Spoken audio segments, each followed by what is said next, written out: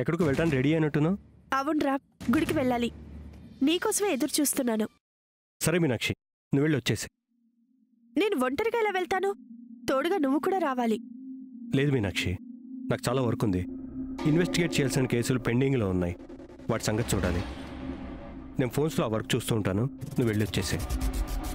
నేను ఒంటరిగా ఉంటే ప్రమాదం అనే ఈయన నిన్ను నాకు తోడుగా ఇంట్లో ఉంచి వెళ్లారు. అలాంటిది ఒక్కదాన్ని గుడికి ఎలా వెళ్ళి రాగలను? నువ్వు కూడా వస్తే బాగుంటుందిరా.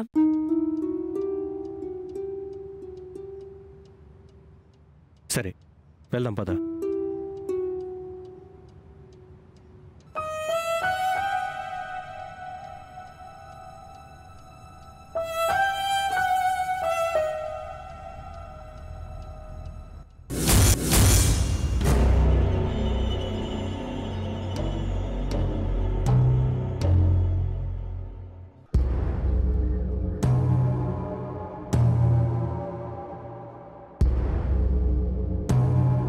నమస్తే మేడం.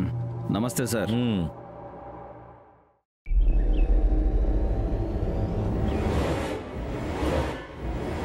ఏంటి మేడం, అర్జెంటుగా కలవమని ఫోన్ చేశారు? కన్నంలో ఉన్న పావుని బట్టాలంటే ముందు ఎలకని వదలాల. మన శత్రువుని దెబ్బతీయాలంటే ముందు మానసికంగా దెబ్బతీయాల. అందుకే నిన్ను పిలిపించిన. అర్థమయ్యేటట్టు చెప్పండి మేడం. ఒక అద్భుతమైన ప్లాన్ వేసినాను.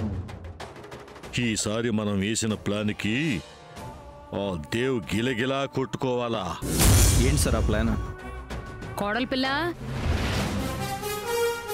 నమస్తే మేడం.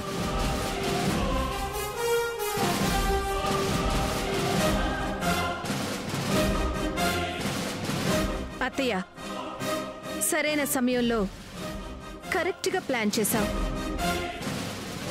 ఆ వాసుదేవ్ ఊళ్ళో లేడు. అతను ఊరెళ్ళినాడని నీకెట్ట తెలుసమ్మా? మామయ్య, వాసుదేవ్ వేసే ప్రతి అడుగు, అతని ప్రతి కదలిక నాకు తెలుసు. మనం అనుకున్నది సాధించాలంటే ఇదే సరైన సమయం. ఏంది కోడలి పిల్ల నువ్వు చెప్తా ఉండాది? అవునత్తయ్య, ప్రేమించిన వాడు దూరమైతే ఎంత బాధ ఉంటుందో ఆ వాసుదేవ్కి తెలిసి రావాలి.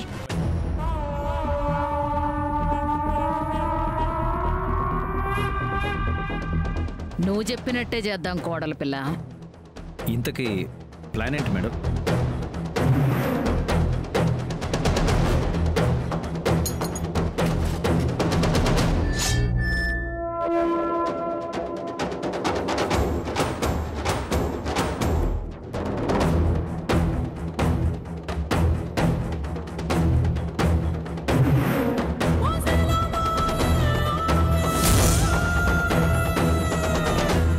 నువ్వు చెప్పినట్టుగానే జరుగుతుంది కోడలి పిల్ల.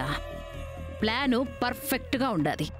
నువ్వు నిశ్చింతగా కాలు మీద కాలేసుకొని ఇంట్లో కూర్చో. పని పూర్తి చేసి నీకు చెప్తాం. అట్నేనా?